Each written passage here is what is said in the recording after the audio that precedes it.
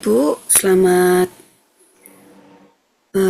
malam. Kita akan memulai pertemuan kita pada sore malam hari ini dengan materi yang cukup menarik ya, yang akan dibawakan oleh narasumber kita, Ibu Sarah Selvi,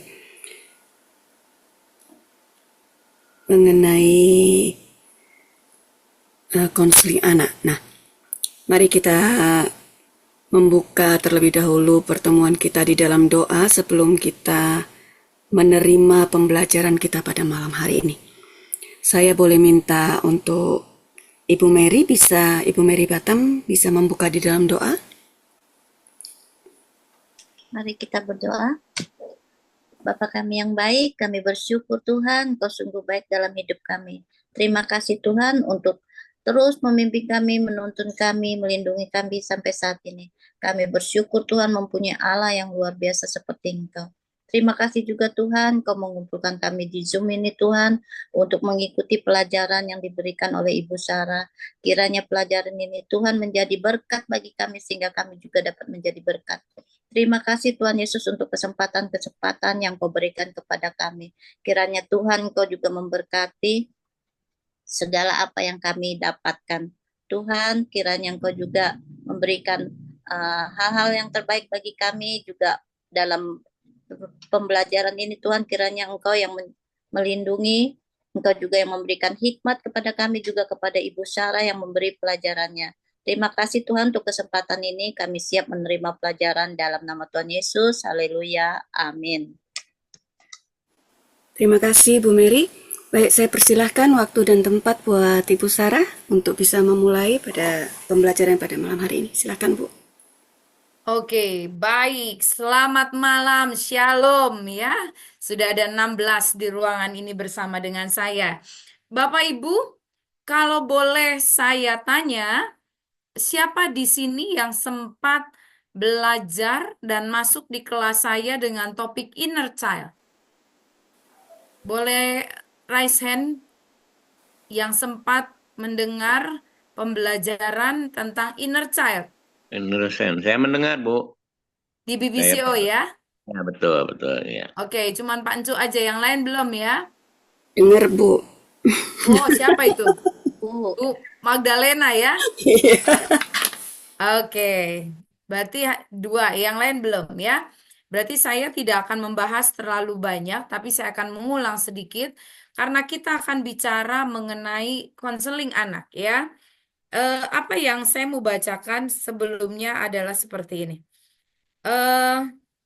Mazmur 127 ayat keempat, dia bilang apa?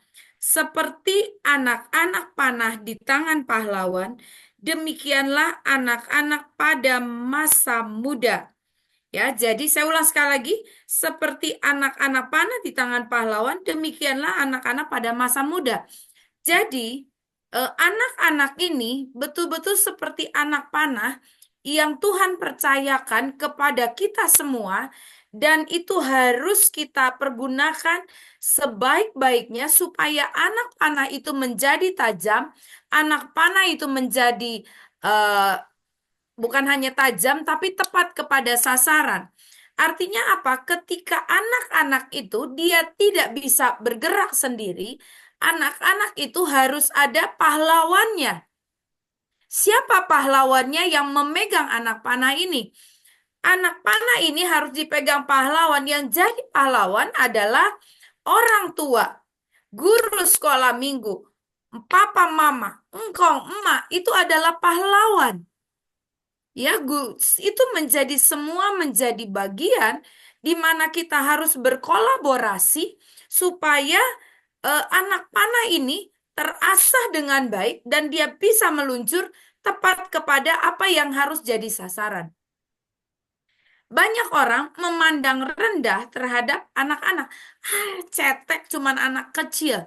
Buat apa kita perhatikan? Buat apa kita dengar ya? Orang tua zaman dulu, dia bilang gini, anak nggak perlu ngomong. Yang mesti ngomong itu adalah mami papi. Kamu diam denger aja. Apa sih anak kecil taunya? Hari ini kita nggak berlaku seperti itu. Ya, anak-anak itu sekarang jauh lebih pintar, teknologi lebih bagus, ya. Susu yang diminum lebih baik sehingga anak-anak itu menjadi lebih baik.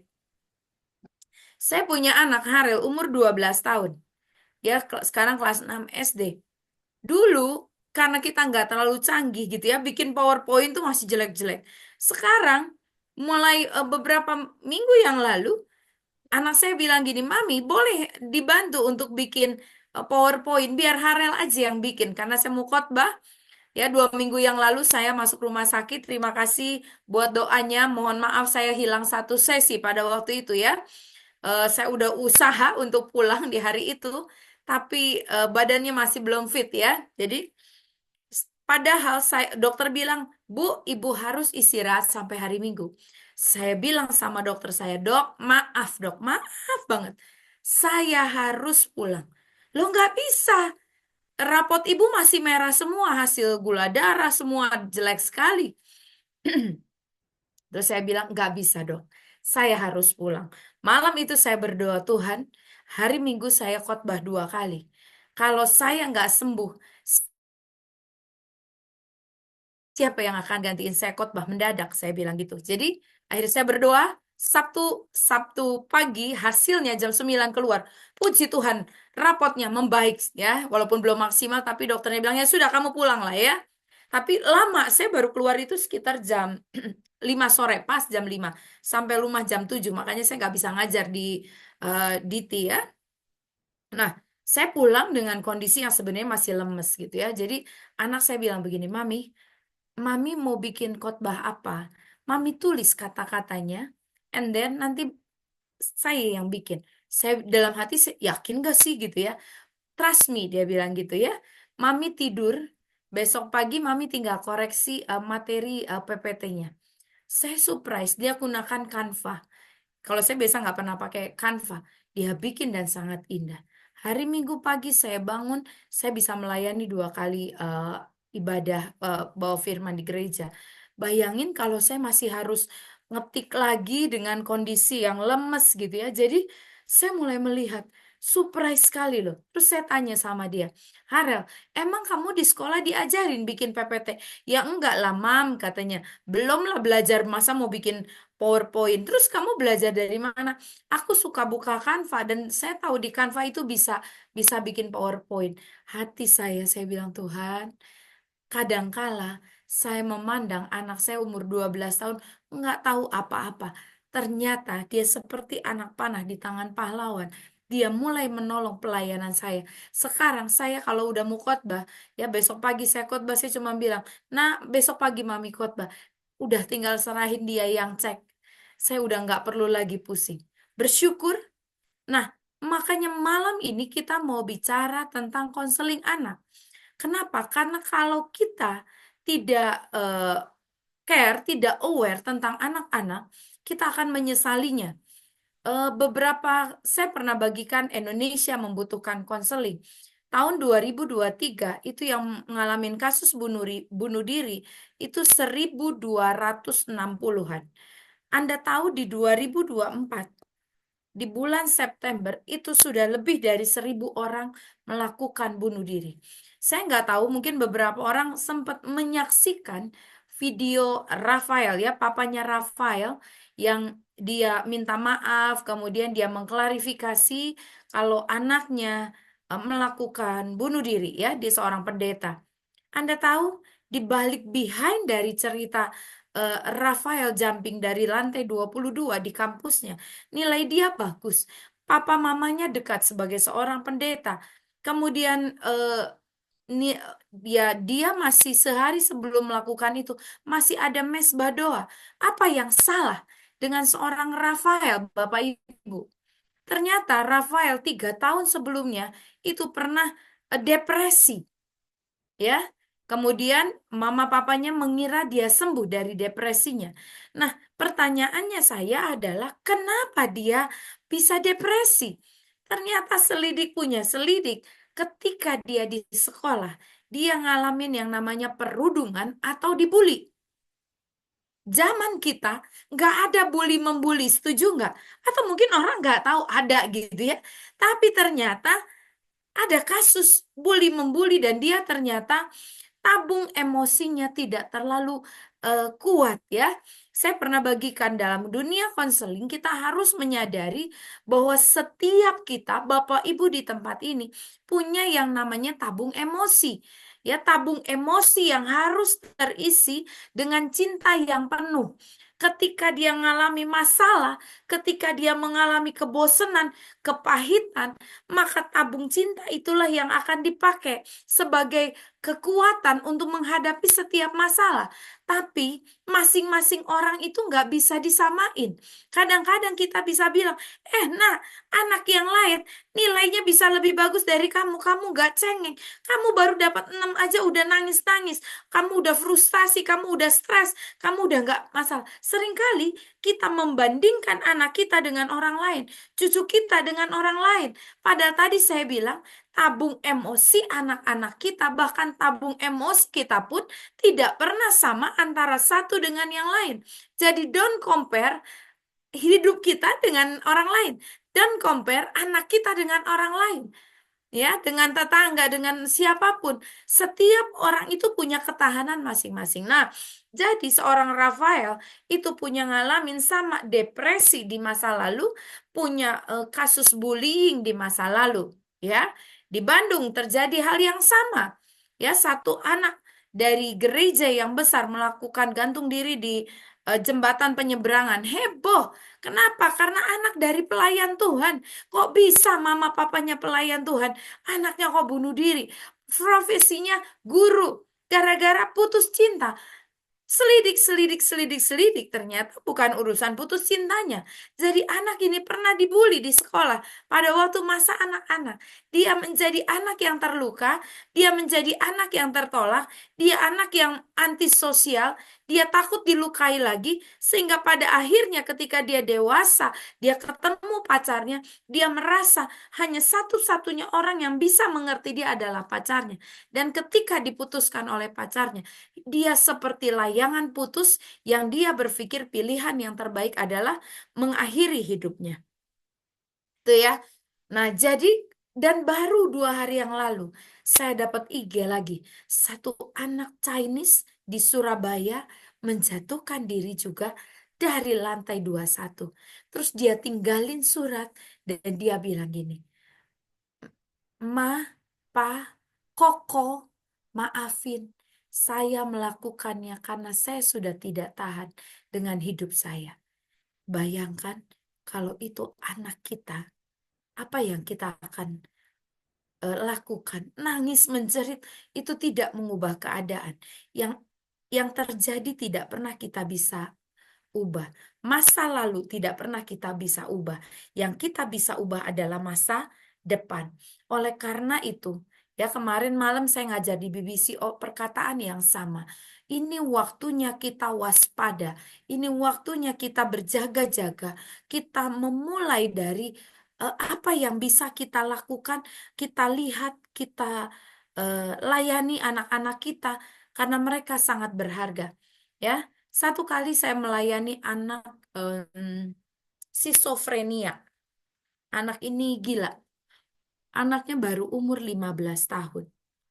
Yang membuat saya sedih adalah anak ini saya bawa ke rumah sakit jiwa. Dan psikolog, psikiater yang di rumah sakit jiwa ini dia bilang begini. Saya tanya, Bu, mungkinkah anak ini sembuh? Terus dokternya bilang begini, nggak mungkin Bu Sarah. Kalau anak mengalami gangguan jiwa di bawah 17 tahun, maka ini permanen dia akan gila selamanya. Karena sama seperti pohon dia bilang, pohon ini belum jadi, udah keburu rusak. Jadi nggak bisa. Tapi kalau anak ini sudah 17 ke atas, dia bilang, gilanya baru umur 20 atau 24, masih ada kemungkinan sembuh. Hati saya hancur bahwa anak ini pulang, ya, anak pendeta lagi. Dan saya cuma bisa bilang pada akhirnya kepada bapaknya, Pak, selalu ada cinta, selalu ada harapan. Terus, apa Bu yang saya bisa lakukan, Pak? Ada air mata, ada lutut yang bisa mengubah keadaan, yang bisa membalikan keadaan. Di tangan manusia Tuhan bilang, di mata manusia ini gak bisa sembuh. Tapi di tangan Tuhan selalu ada kesembuhan. Dan dalam kondisi schizofrenia, Pak, saya hanya bisa bantu dalam doa. Tapi ketika nanti dia mulai pulih dan bisa diajak bicara, Bapak bawa kembali sama saya supaya saya bisa tanganin. Tapi selama dia masih lost word, masih ketawa sendiri, masih eh, pandangannya kosong, saya nggak bisa lakukan apapun kecuali saya menumpangi tangan ini dan memeluk anak ini dan mendoakan dia supaya mujizat terjadi. Jadi ini loh tanggung jawab kita sama-sama ya, Bu Mary, Pak Semce ya, Bu Deborah, Pak Encu, Magdalena. Bagaimana kita memproteksi anak-anak kita, cucu kita, anak sekolah minggu kita untuk mereka berkembang seperti yang Tuhan mau. Oke, saya akan bahas sedikit sebelum di awal ya. Saya nggak akan bahas semua karena materi saya cukup panjang.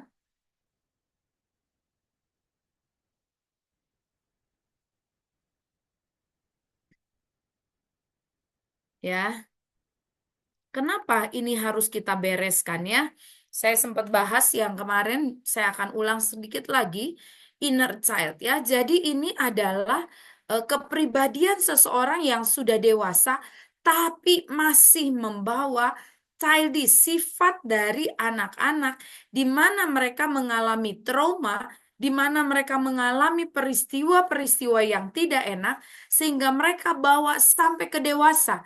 Nah, makanya kenapa peristiwa yang terjadi di masa kanak-kanak ini sangat penting untuk kita waspadai, supaya ketika mereka nanti masuk di dewasa, mereka tidak lagi membawa inner child-nya. Ini saya hanya share ya. Ini ciri-ciri orang yang punya inner child. Sorry.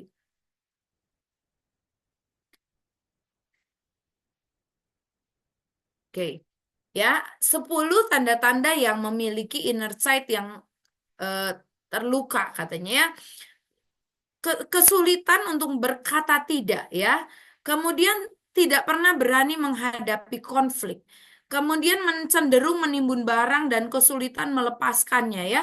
Saya suka ketemu, maaf ya, orang tua yang kalau udah punya barang udah puluhan tahun nggak dipakai pun nggak pernah mau dilepaskan. Ya, itu ciri-ciri orang tua yang masih punya inner child ya. Punya kecemasan setiap kali berpikir untuk melakukan sesuatu yang baru, tidak berani melakukan hal-hal yang baru. Ya, saya suka menyenangkan orang lain. Ya, tipenya selalu menyenangkan orang sampai dia berkorban untuk dirinya sendiri sehingga dia korbankan keluarganya ya. Kemudian takut pada orang, cenderung menghindarinya. Dia melihat figur-figur tertentu yang mengingatkan dia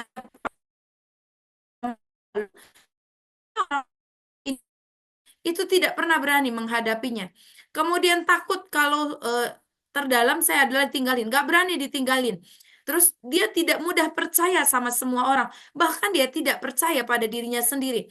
Kemudian terus-menerus mengeritik diri sendiri karena tidak memadai. Ya, orang yang tidak pede, orang yang selalu melihat bahwa dirinya nggak bisa apa-apa, padahal dia adalah orang yang punya potensi. Ya, candu terhadap sesuatu. Nah, ini adalah ciri-ciri orang-orang yang masih punya inner child. Kenapa ini terjadi? Karena ketika dia masa anak-anaknya ada peristiwa-peristiwa yang belum terselesaikan dengan baik. Ada hal yang apa ya, sifat anak-anak yang terkurung di dalam badan orang yang dewasa. Makanya hari ini kita mau bicara banyak eh, mau bicara banyak tentang anak-anak. Nah, yang saya paling mau cermati adalah ini ya.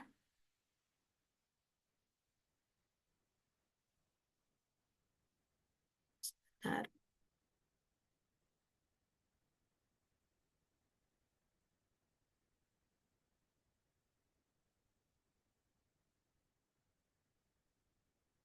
Apa yang kita harus lihat?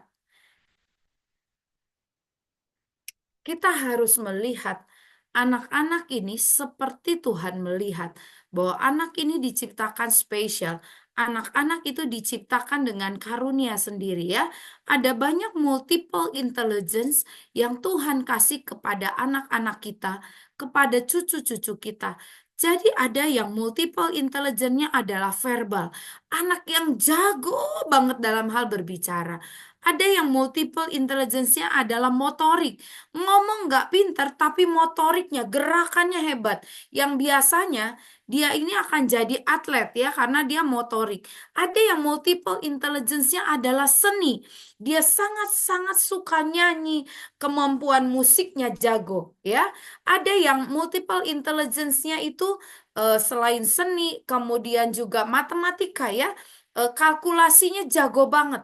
Jadi anak-anak ini punya banyak multiple intelligence di mana mereka bisa menjadi dirinya sendiri ketika kita bisa mengasah mereka mulai dari anak-anak ya.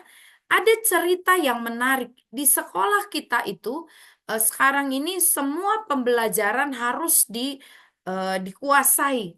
Padahal kalau kita mau tahu tadi bahwa setiap anak itu spesial, sehingga dia tidak akan pintar di dalam seluruh pembelajaran. Mungkin ada bisa 10 mata pelajaran nilainya 9, tapi secara umum itu selalu ada hal-hal yang berbeda. Ada yang jago di bahasa, ada yang jago di matematika, ada yang jago di pelajaran agama, ada yang jago di misalnya apa ya, komputernya, IT-nya, teknologinya. Seringkali kita sebagai orang tua, sebagai oma, sebagai engkong, kita suka bilang sama anak kita, ih kamu lihat dong, orang lain tuh jago loh matematikanya. Loh kok kamu matematikanya cuma 6? Kenapa bahasa Indonesianya cuma 5? Terus kita salahkan. Terus anak kita paksa, kita lesin ya. Kita berharap dengan di lesin dia lebih pintar. Mungkin iya dia akan menjadi lebih pintar sedikit. Tapi itu tidak terlalu banyak mengubah keadaan. Yang kadang kala anak kita malah jadi lebih stres. Udah dia pusing dan dia tidak suka dengan matematika di sekolah. Mamanya masukkan di kumon. Masukkan di dalam les matematika. Yang akhirnya ditambah stres. Dia akhirnya depresi, akhirnya dia mulai menyendiri, mulai anak ini menjadi ketakutan ketika disuruh ke sekolah dia nggak mau lagi. Nah, Bapak Ibu, kita perlu menyadari ya, kalau kita punya, maaf bukan dianggap seperti hewan ya, kalau ada buaya, kelinci, kura-kura, monyet, bertanding bersama-sama, kalau bertandingnya di kolam renang, maka buaya akan menang. Nggak usah diapa-apain ya. Bebek akan menang.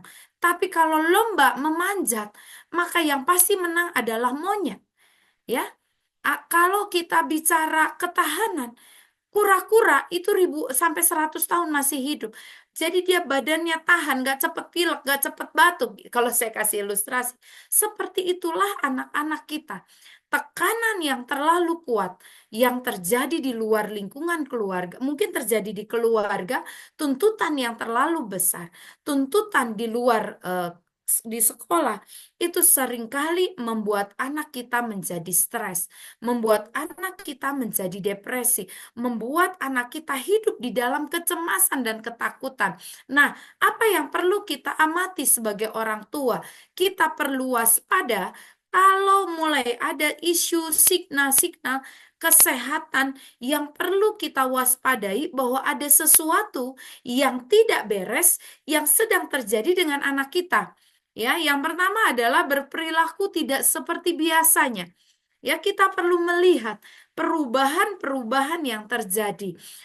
Hari-hari ini, Bapak Ibu, kita dituntut untuk betul-betul bisa melihat anak-anak kita ya, sesibuk apapun kita bekerja, sesibuk apapun pelayanan kita, tetap panggilan kita adalah sebagai orang tua, sebagai para pelayan di gereja yang kita harus berjaga untuk anak-anak yang kita layani. Kita mengamati, adakah sesuatu yang berbeda? Biasanya, anakku ceria. Kenapa? Mendadak anakku hari ini jadi pendiam. Kenapa anakku yang biasanya kalau diajak ke gereja, mereka selalu cepat tanggap. Tapi kenapa hari ini anak kita diajak ke gereja ogah-ogahan? Ini yang perlu kita waspadai, jangan ditunda. Kita perlu bicara dengan anak-anak kita. Nah, gimana cara bicara dengan anak kita? Bapak Ibu, satu tip yang saya ajarkan. kita berbicara seperti anak-anak bicara.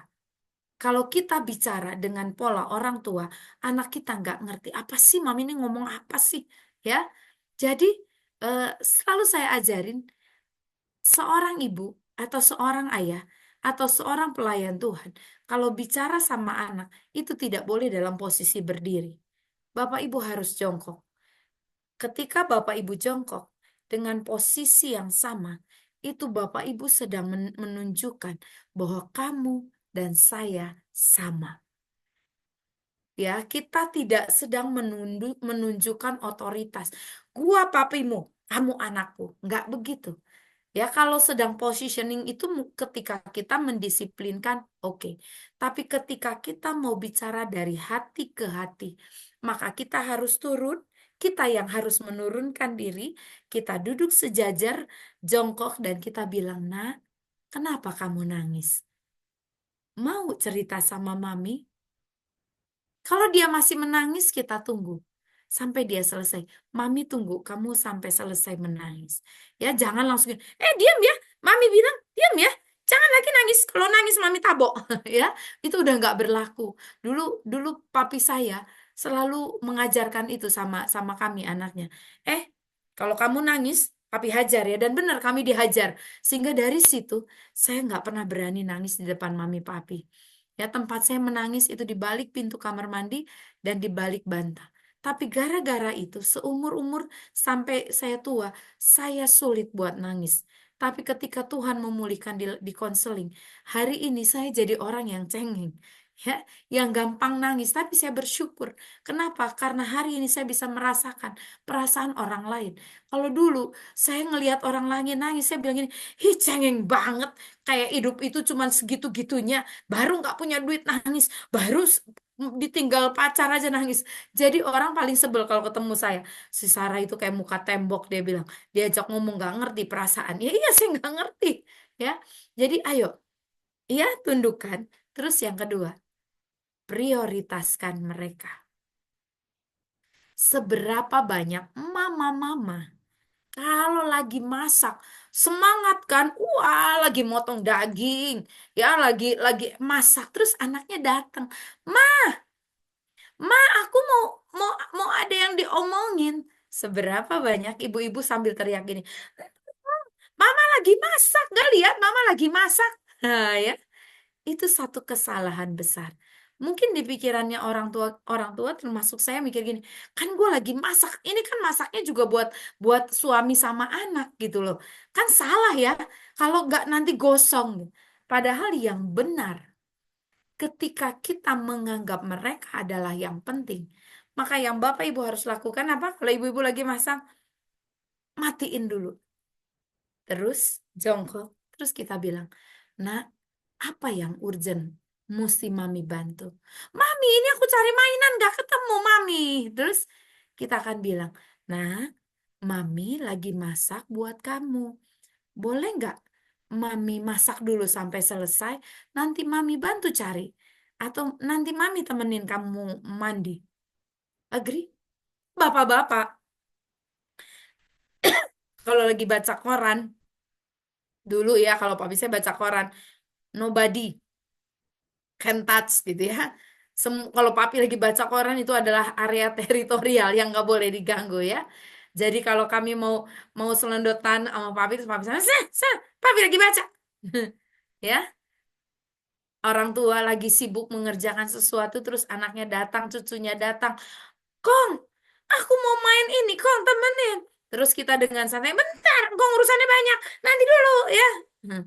Ya, itu melukai. Yang kadang kita pikir, "Alah, masa begitu aja anak kita terluka?" Yes, dia merasa dianggap tidak penting. Ya, harusnya yang benar apa ketika bapak-bapak lagi pegang handphone, ada mau meeting, mengerjakan bahan meeting kantor, bahan khotbah, selesai, kita tahan dulu. Nah, ada yang penting yang papi harus bantu.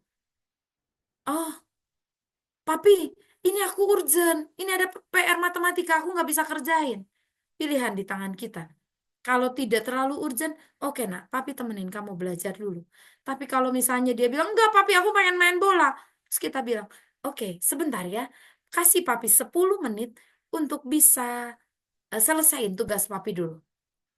Kita menganggap anak kita mulia dan spesial.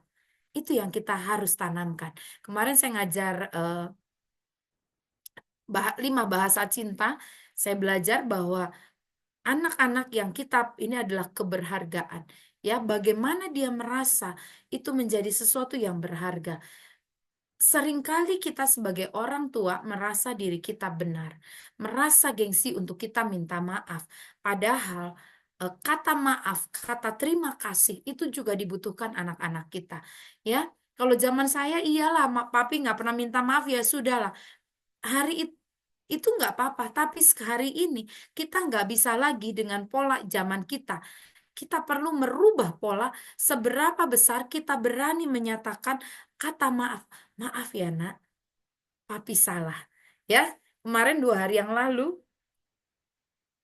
kami tuh capek memang dalam kondisi capek. Masuk buka garasi, masukkan mobil, terus ternyata suami saya lupa tutup garasi. Puji Tuhan ada malaikat Tuhan yang jaga padahal ada motor. Jadi pintu garasi sebesar itu tidak tertutup sampai subuh.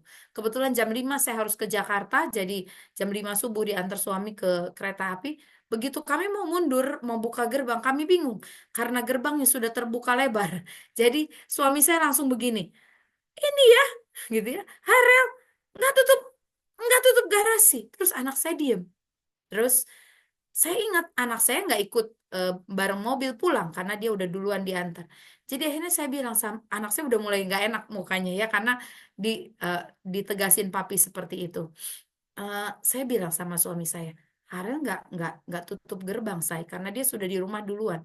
Oh, jadi papi ya yang lupa tutup gerbang? Yes. Terus suami saya langsung datangin Harel. Nah, maaf ya, papi yang lupa. Selesai. Gak apa-apa kan? Hara nggak apa-apa kan? Kata suami saya.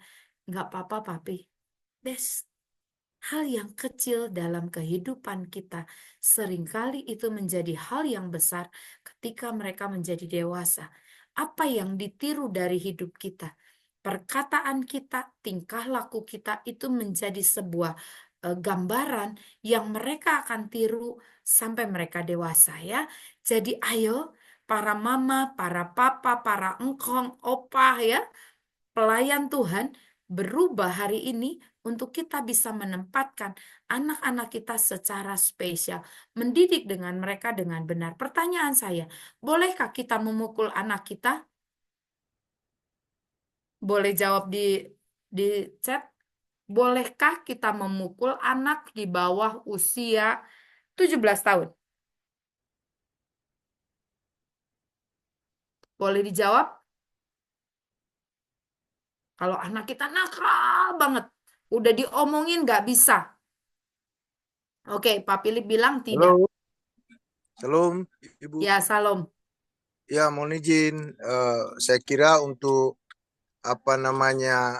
anak itu kan kalau diberi ganjaran itu sesuai dengan firman bisa, tapi jangan sampai ada keinginan untuk membunuhnya. Tetap sebagai orang tua telah difirmankan Tuhan untuk mendidik anak, begitu Yes, ya. oke. Ya, Thank you, Pak, pendapatnya. ya, makasih, makasih. Yang lain boleh saya dengar, boleh nggak kita pukul anak kita? Kalau memukul lukanya akan teringat terbawa terus sampai mati. Oh ya oke. Boleh dari yang lain? Ya, saya coba jawab Ibu ya, berbagi dari yang kami lewati. Izin off Ya, kamera untuk sinyalnya.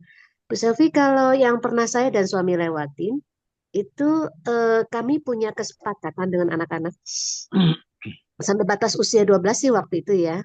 Jadi em, ada tongkat, terus ditulis di situnya tongkat disiplin, digantung oleh suami saya, em, untuk hal-hal yang berkaitan dengan pelanggaran firman gitu.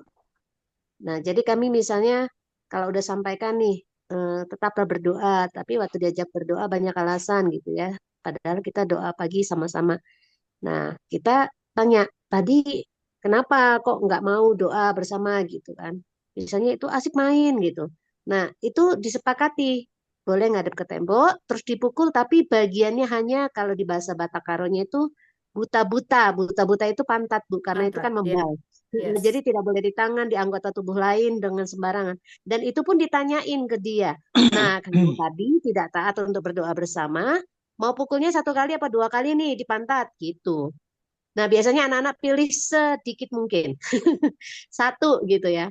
Nah, kalau misalnya papanya bilang 3 kali boleh nggak gitu kan. 1 Pak, tapi aku janji pokoknya nanti kalau diajak doa nggak melawan lagi gitu. Nah, yaudah 1 kali dipukul puk gitu. Habis itu baru dibalikin badannya dipeluk lagi. Tahu nggak papa atau mama pukul kamu itu sebenarnya sedih sekali. Tetapi supaya kamu tahu bahwa lebih enak taat. Ketidaktaatan itu tidak enak gitu ya. Nah, akhirnya diikutin kalimat kita, taat itu enak gitu. Nah, jadi seperti itu sih baru didoakan oleh ayahnya, dipegang sambil dipeluk, Tuhan berkati, Roh Kudus mampukan anak ini untuk bisa taat sehingga tidak perlu lewat disiplin, tidak perlu lewat pukulan, dia bisa paham apa yang diarahkan oleh pemimpin gitu. Demikian juga yang saya lakukan kalau papanya lagi pergi keluar kota, tetapi ada pelanggaran di dalam rumah, biasanya saya yang akan melakukan seperti yang suami saya lakukan. Jadi boleh Kak pukul anak? Boleh kalau di kami. Tapi sesuai kesepakatan gitu. Terus yang kedua selalu segera dipeluk.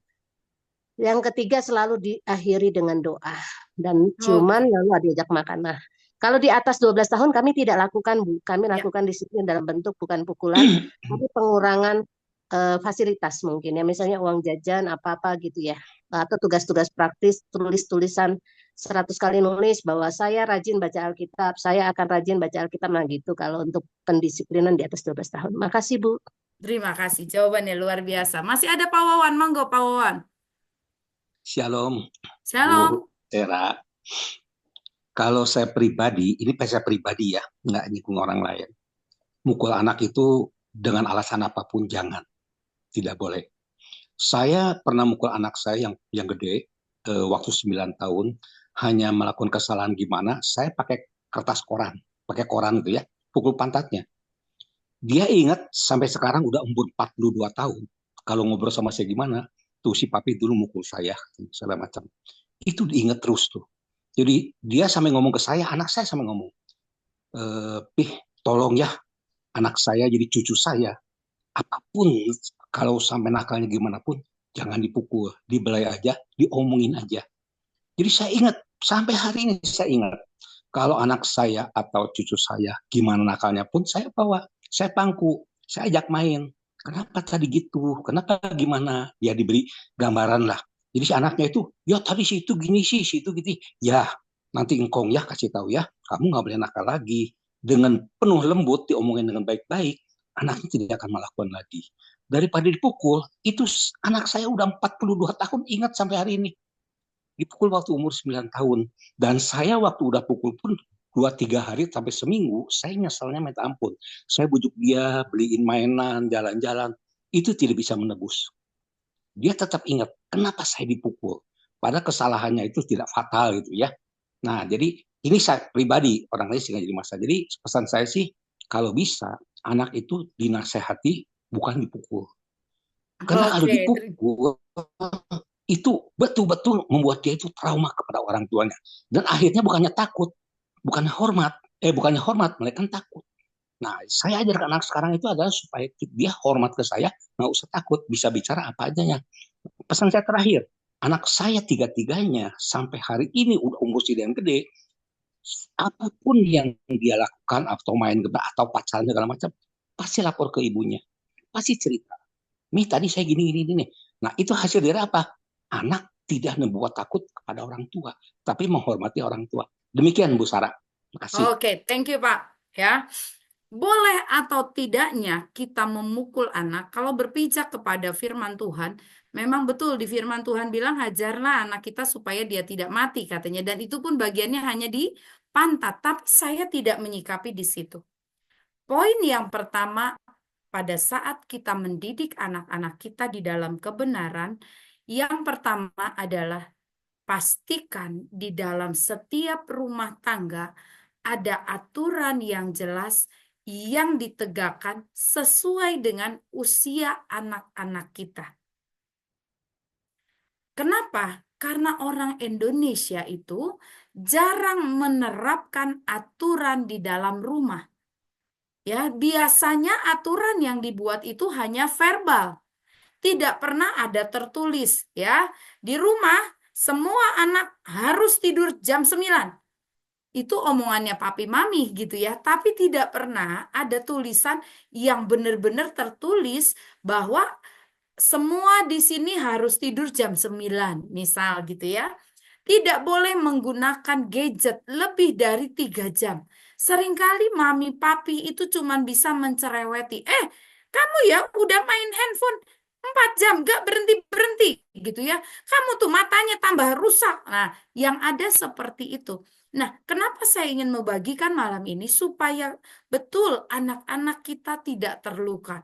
Poin yang pertama adalah pastikan hari ini ada aturan yang jelas yang disepakati di dalam keluarga kita.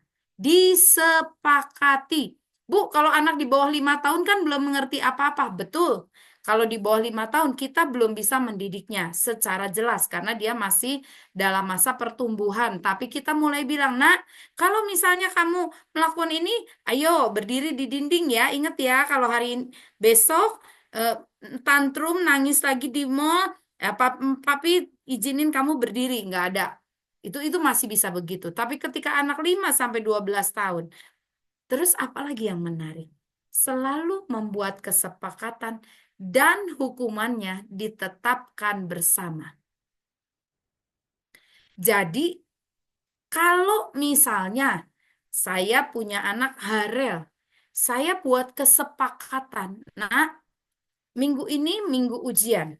Biasa mami kasih kamu sehari boleh main gadget tuh 1 jam atau 2 jam. Oke. Terus, tapi karena musim ujian minggu ini boleh nggak kita bikin kesepakatan? Sehari cuma 1 jam. Terus dia bilang, oke mam. Terus saya bilang, kesepakatan dulu dong. Kalau kamu tidak bisa melakukan apa yang kamu janjikan, apa punishment-nya?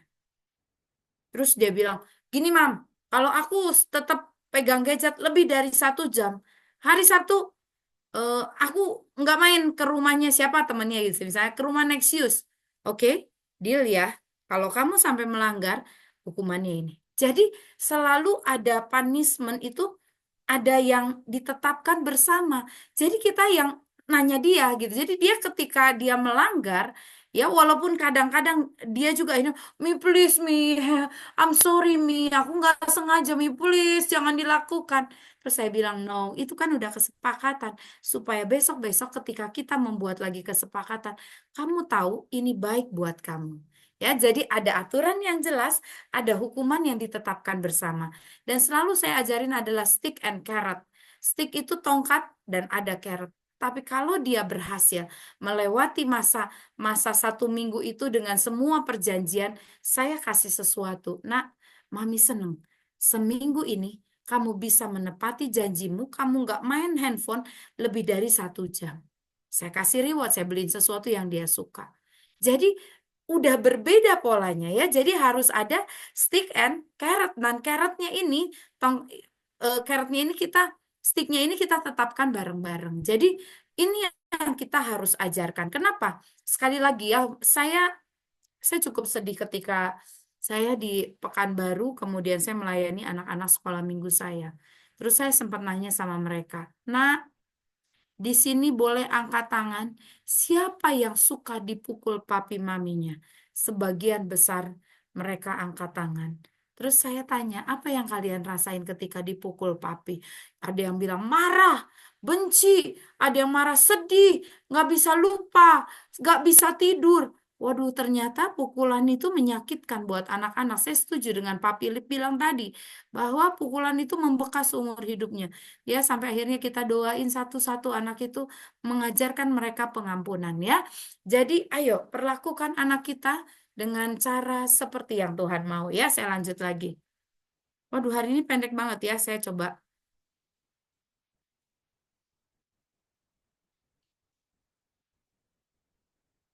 Oke ya. Jadi mudah bereaksi, menarik diri secara sosial. Jadi, kalau kita mendapati ada perubahan perilaku, kemudian dia mulai menarik diri dari secara sosial, kemudian lebih suka menyendiri, ini menjadi alarm bahaya yang perlu kita tangani. Ya, Bapak Ibu tahu nggak ada kejadian anak umur di bawah 12 tahun juga karena nilainya jelek, akhirnya mengakhiri hidup. Jadi kita pikir, aduh nggak mungkin deh anak-anak melakukan kejahatan seperti itu atau tindakan yang berbahaya. Hari ini ternyata anak-anak sudah mulai mulai berubah ya. Kemudian mulai bereaksi secara emosional terhadap masalah-masalah sepele. Ketika ada masalah yang kecil, anak ini bereaksi. Hal yang nggak penting dia harus marah, dia marah. Hal yang nggak penting untuk dia nangis, dia nangis. Nah, ini perlu kita tangani. Kenapa? Ada sesuatu yang terjadi dengan anak-anak ini. Kemudian mudah tersinggung, gampang marah, atau sulit tidur, atau kebalikannya, kebanyakan tidur. Kemudian suka melamun, sulit berkonsentrasi, mudah melawan secara fisik atau verbal ya. Dia memberontak. Nah, secara fisik atau verbal. Kemudian prestasinya menurun secara drastis. Artinya anak ini tidak bisa berkonsentrasi. Apa yang Bapak Ibu harus lakukan selalu? Cara yang paling sederhana dalam konseling adalah KTP, kenali. Kenapa hal-hal ini bisa terjadi? Simptom apa aja yang kita bisa amati, kemudian telusuri, ya, kemudian kenapa penyebabnya kita perlu cari, dan yang terakhir adalah pahami, sehingga mereka mengerti apa yang sedang terjadi dengan anak-anak kita. Nah, ini yang masih saya harus ingatkan. Makin ke sini, ini menjadi gangguan yang paling banyak dialami oleh anak-anak di Indonesia ya. Saya dapat berita ada anak yang buta karena terlalu banyak bermain handphone di malam hari ya. Kemudian ada anak yang tangannya menjadi tremor karena dia terlalu megang handphone. Kemudian ada anak yang adiksi. Jadi ketika dia tidak membuka handphone, dia itu bisa seperti sakau karena merasa dunianya hanya ada di gadget ya. Belum lagi yang adiksi seksual karena melihat gambaran seksual di tontonannya. Bapak Ibu, saya satu kali saya suka lihat anak saya suka lihat IG, YouTube, dan saya konekin ke iPad saya gitu ya, dan sesekali saya juga langsung lihat dia searching apa di dalamnya gitu ya. Saya sengaja, jadi saya tahu. Satu kali saya ngelihat ada beberapa film kartun, dan tadinya saya nggak akan klik. Gitu. Saya pikir oh ya film kartun wajarlah buat anak-anak. Tapi hari itu Roh Kudus ingetin saya, buka. Dan waktu saya buka, waduh ternyata ngeri sekali ya. Di situ ada kata-kata ciuman, kemudian ada kata-kata ya mengarah ke seksual gitu ya. Saya langsung, waduh kecolongan. Ya kalau saya lihat yang lainnya film-film biasa gitu ya, spot-spot yang biasa. Akhirnya saya duduk, saya nggak bisa marah. Terus saya akhirnya pergi berdua sama dia. Kemudian saya ngobrol, saya tanya, kenapa kamu suka film-film ini? Terus saya tanya, saya tidak langsung menuju ke film kartun itu. Kemudian akhirnya saya bercerita dan dia bilang, iya mam, aku suka kalau tentang ini, tentang ini. Oke. Terus saya bilang, nah mami lihat ada satu film kartun yang menurut mami itu aneh. Terus anak saya bilang, iya mam, itu film kartun yang buat saya juga aneh mam. Karena di situ ada ciuman. Dia anak ini cerita sama saya bersyukur. Terus akhirnya saya bilang, boleh nggak eh, kamu ciuman dengan lawan jenis, ya, dengan anak perempuan? Nggak boleh, Mam. Kenapa? Iya, Hara masih kecil, Hara nggak boleh. Terus saya mulai berpikir, Tuhan, apa yang saya harus bilang? Eh, supaya anak ini menangkap bukan karena larangan, tapi dia punya sebuah kesadaran. Anak saya umur 12. Jadi akhirnya saya bilang, nak, kamu tahu apa yang disebut dengan pernikahan? Iya, Mam. Kan Mami sering bawa ke undangan. Satu kali kamu pengen menikah? Iya, Mam. Mami juga pengen lihat kamu menikah dan masuk dalam pernikahan yang diberkati. Apa sih pernikahan yang diberkati? Bahagia kayak papi Mami. Kamu lihat kan papi Mami gak pernah berantem. Mami papi bisa sayang kamu.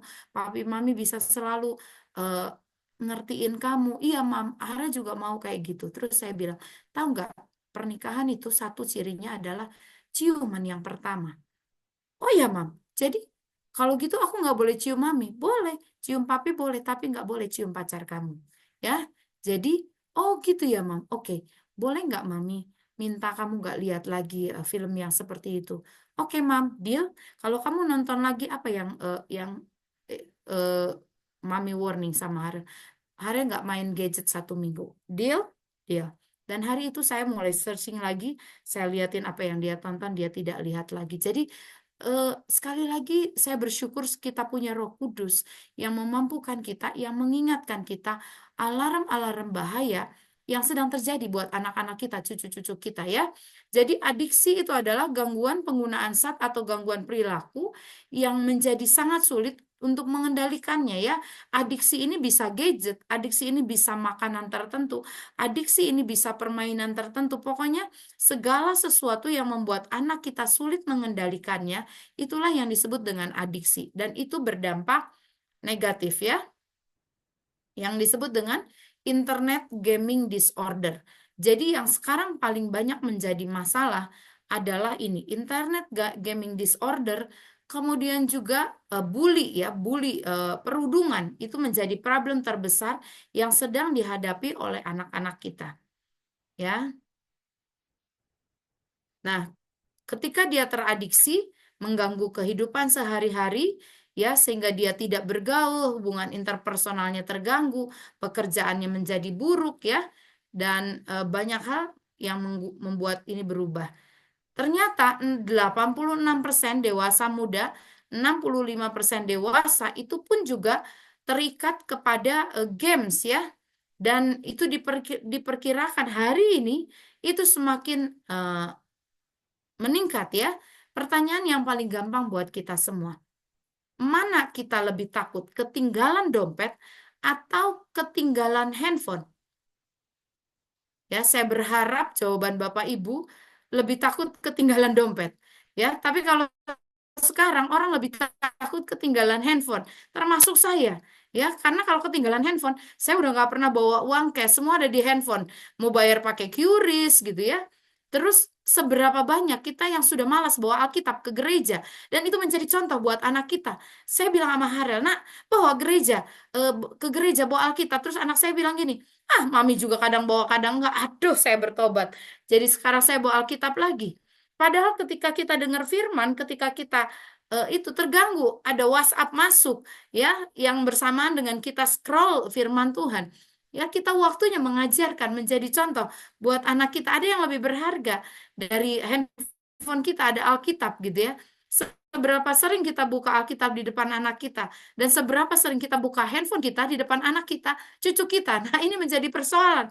Karena sekali lagi, jadilah teladan katanya. Apa yang mereka lihat, itu yang mereka, ini papi, mami aja kerjanya nonton rajin, kenapa Haril gak boleh nonton YouTube, katanya begitu. Jadi itu menjadi sebuah tolak ukur. Ya, jangan sampai adiksi itu karena kita yang menjadi penyebabnya ya.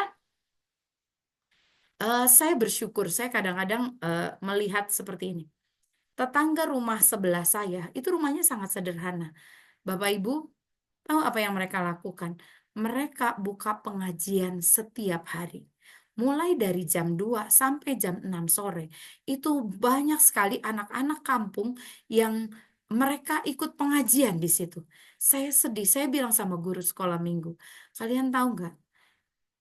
Anak-anak muslim itu dididik dengan sangat ketat untuk membuka Al-Quran, menghafalkan Al-Quran setiap hari dan dengan khatam. Terus saya bilang, Harel aja buat tiap pagi buka Alkitab untuk saat teduh, itu menjadi sebuah perjuangan buat saya sangat besar. Karena seringkali dia bangun kesiangan, terus dia bilang, Mami, sorry, aku nggak sempat baca Alkitab, aku mesti berangkat ke... Walaupun saya baik bangunin jam 5, kadang-kadang dia baru bangun jam 6.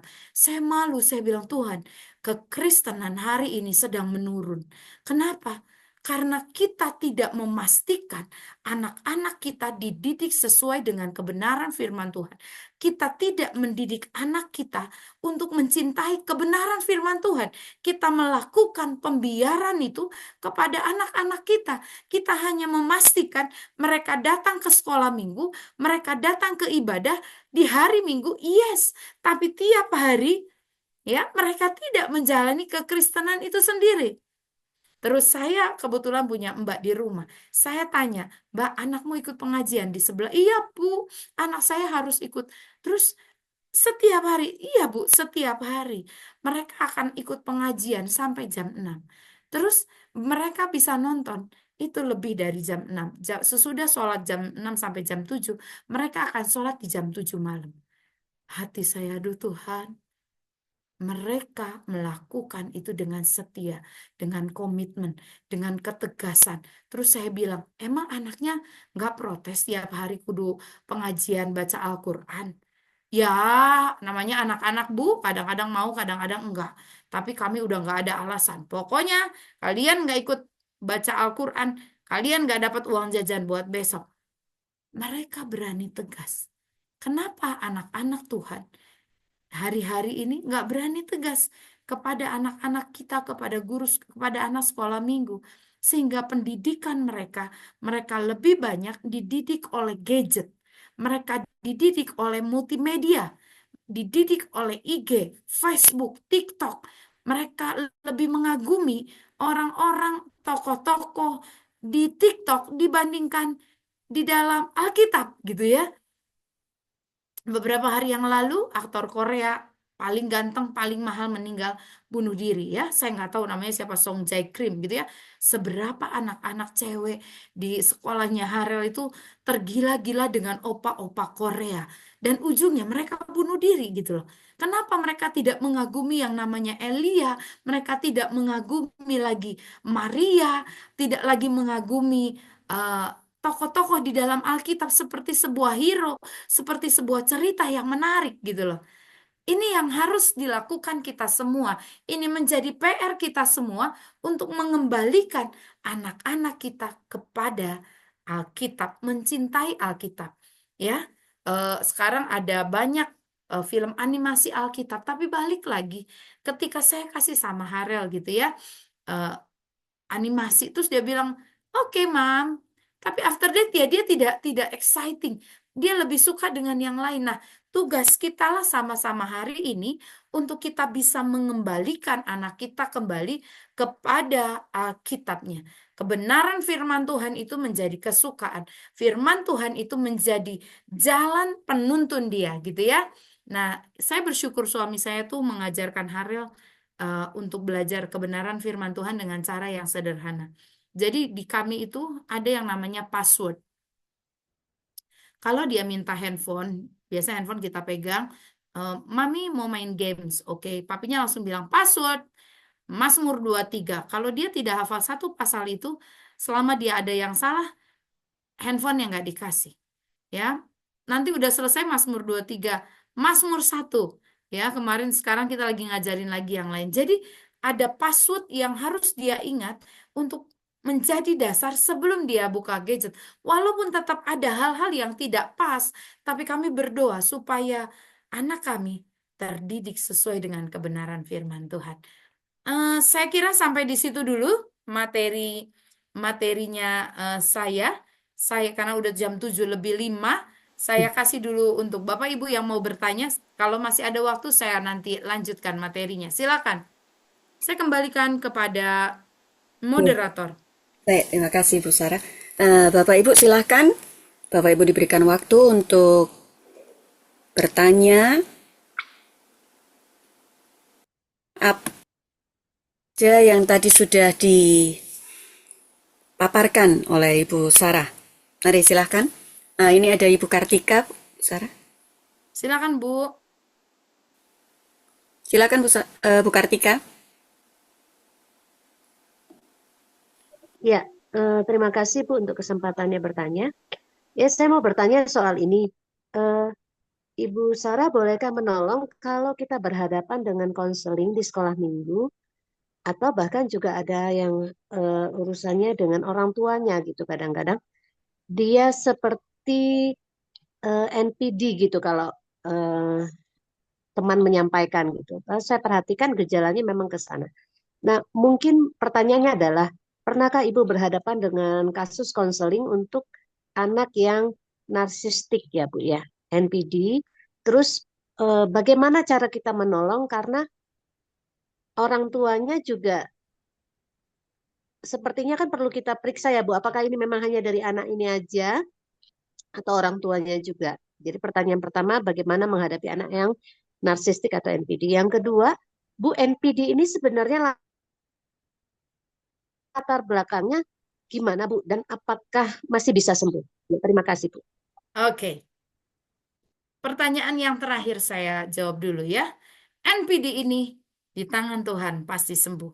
Tapi ada proses panjang yang kita harus lewati ya. NPD itu narsistik ya. Kalau kita tahu ya narsistik keinginan melebih-lebihkan kemampuan untuk mendapatkan pujian, untuk mendapatkan pengakuan itu ya NPD ya. Nah, eh, kita perlu cek dulu ya. Jadi untuk konseling itu selalu harus ada KTP. Bukan KTP ini ya. Jadi kenali dulu, nah, apakah betul-betul dia NPD. Kita harus pastikan anak ini betul-betul NPD atau tidak. Karena bisa saja anak ini bukan narsistik, tapi memang bahasa cintanya adalah pujian. Jadi supaya tidak salah mendiagnos ya.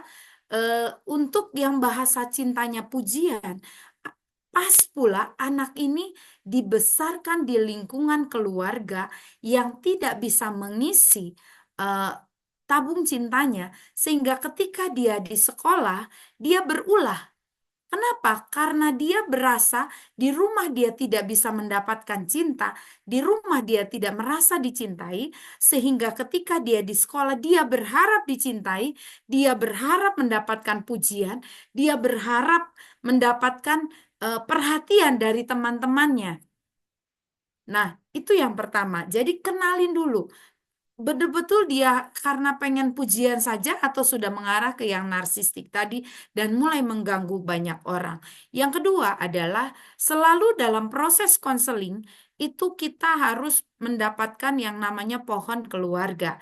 Ya, perilaku anak ini hasil dari didikan mama, papa, keluarga besarnya, engkau, emaknya, kakak, adiknya. Itu kan begitu. Sehingga kita perlu memastikan dulu apa yang sedang terjadi di dalam keluarganya.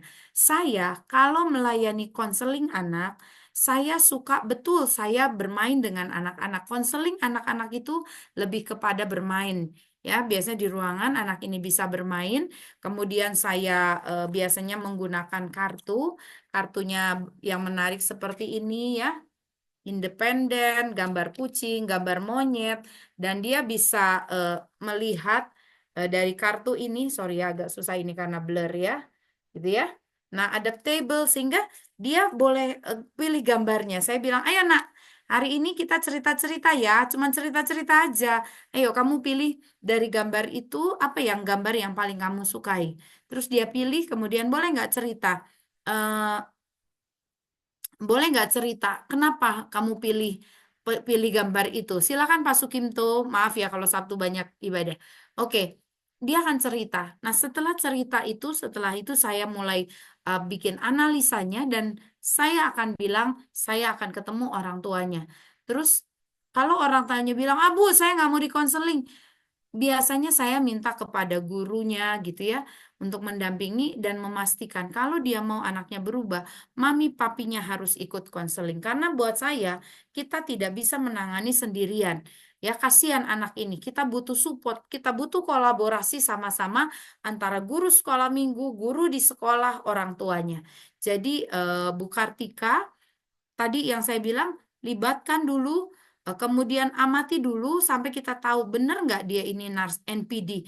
Ya, kalau misalnya perlu ada asesmennya, biasanya psikolog, kalau sudah sangat mengganggu anak ini dan kita tidak bisa menanganinya, maka kita harus refer ke psikolog sehingga ditegakkan diagnosanya betulkah dia anak yang NPD atau tidak. Gitu ya, Bu Kartika? Iya, iya Bu, terima kasih karena memang saya perhatikan sih si anak ini juga sebelum ketemu dengan kami itu sudah dibawa ke rumah sakit jiwa dan dia teratur makan obat ya pagi, siang, sore. Nah, kemudian dia sifatnya kalau di rumah itu mamanya bisa ditonjokin, adiknya bisa diinjek-injek sama dia, digangguin gitu.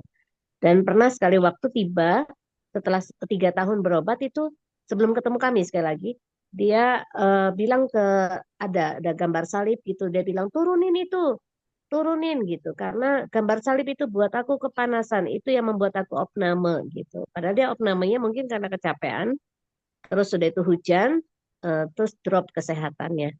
Jadi opname 3 hari gitu keluar.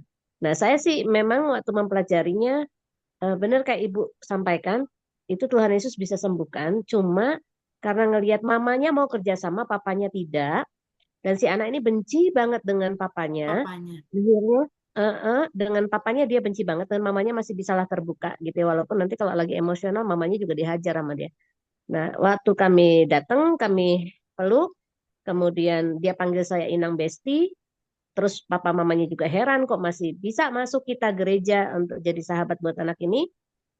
Nah, tetapi saya perhatikan ketika tidak bisa kolaborasi ke salah satu pihak orang tua gitu ya, karena dia ngerasa, papanya ngerasa aku udah capek kerja. Dia bisa ke dokter 3 tahun ini diobatin kan karena aku juga gitu. Kenapa sama aku nggak bisa hormat gitu. Jadi tuntutan papanya itu ke anaknya ini pengennya cepat sembuh lah gitu. Nah, terus ada ditambah dengan kita tidak terkoneksi ke guru sekolahnya gitu ya. Memang sebuah sekolah swasta yang sangat akreditasi A dan banyak banget PR-nya juga gitu. Nah, tetapi kita nggak bisa masuk karena sesuatu dan lain hal lah. Mungkin secara aturan bukan sekolah punya gereja kita ya, di luar gereja kita juga, dan kesibukan dan terutama ya kesepakatan boleh masuk atau tidak ke sekolah, mamanya malu gitu kalau anaknya ini sama kita dan pihak sekolah terhubung dengan lebih jelas gitu. Karena mamanya nggak cerita bahwa si anaknya ini mukulin adiknya ke sekolah. Takutnya berpengaruh terhadap nilai si anak gitu dari pihak sekolah nantinya kalau kita jujur gitu. Nah, ini sih yang saya sampaikan kemarin waktu akhirnya dia sempat terbuka, kita sampaikan Injil, dia terima Yesus, dia terima juga perjamuan kudus, anak ini jadi tenang.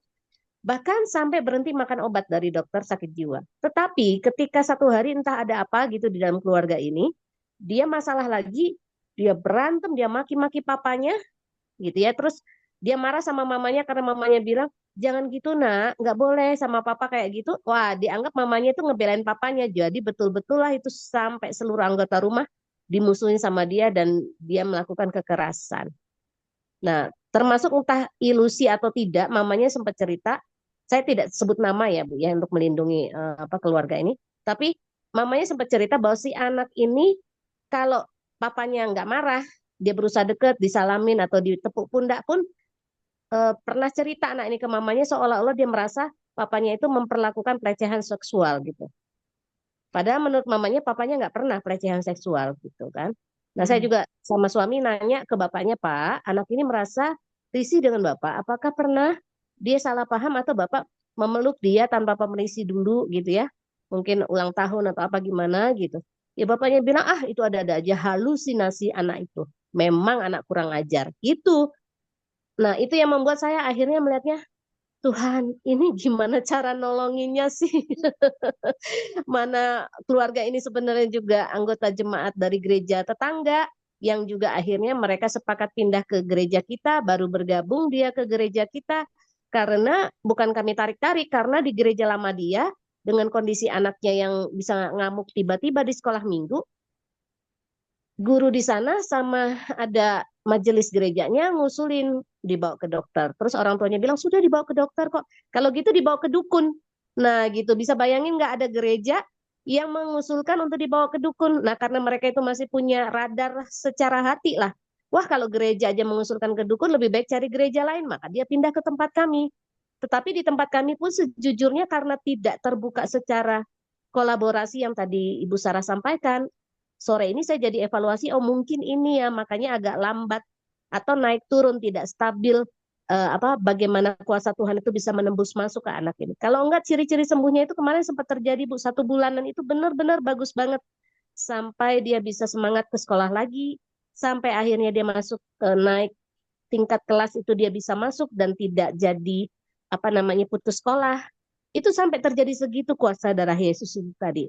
Tapi di tahapan penyembuhannya kita lagi tergendala saat ini, Bu. Itu sih mohon bantuannya. Terima kasih, Bu. Oke, terima kasih ya. Terima kasih Pak Philip bilang bahwa NPD itu tidak bisa disembuhkan ya secara kedokteran, secara psikologi memang itu adalah kelainan kepribadian dan tidak dapat disembuhkan ya dengan obat, tetapi dapat dikendalikan ya. Jadi yang kita perlu ajarkan kepada anak itu adalah bagaimana dia belajar mengendalikan perilakunya ya. Dia ada manipulatif biasanya di situ, betul ya. NPD itu banyak ciri-ciri dari anak-anak yang NPD dan kita perlu waspada. Tapi balik lagi, sekali lagi saya belajar ketika Tuhan bawa saya sebagai seorang konselor, bahwa ketika saya melakukan konseli, selalu ada 3 orang yang terlibat di dalamnya. Konseli saya dan Roh Kudus.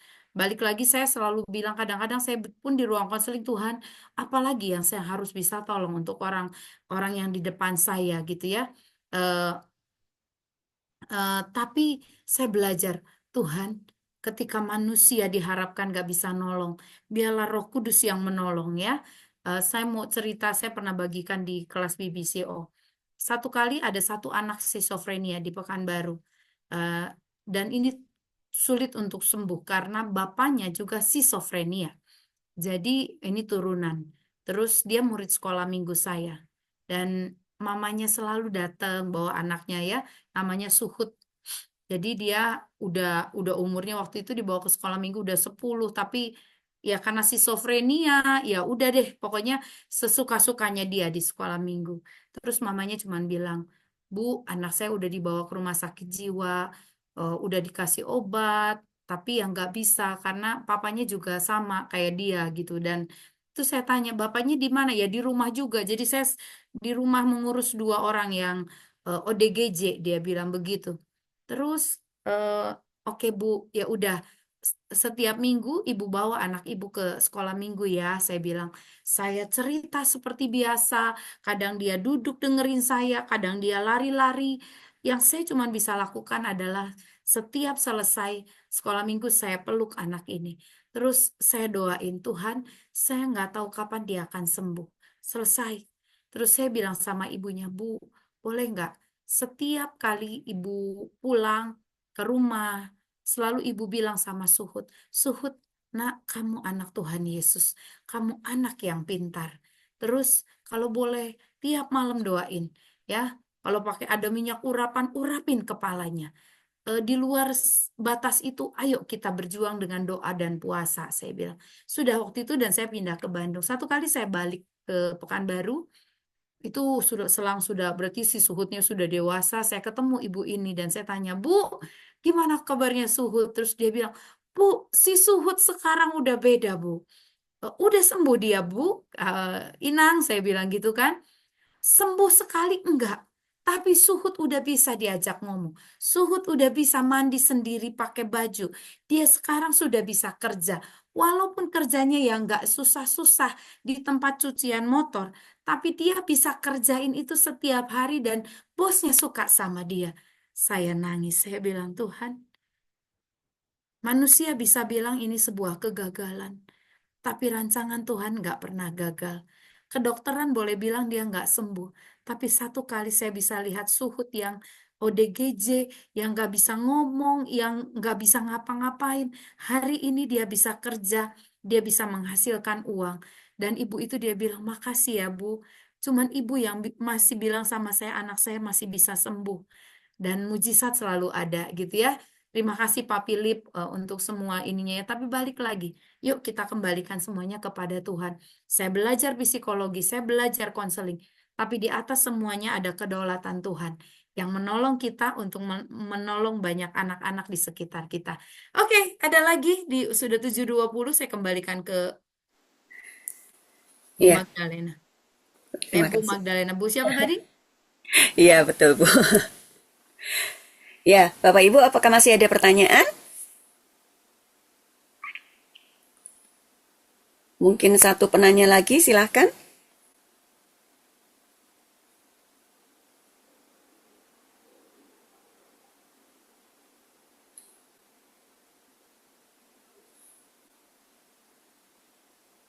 Apakah ada? Atau semuanya sudah mengerti dan jelas? Dan setelah ini mempraktekkan apa yang tadi diajarkan oleh Bu Sarah.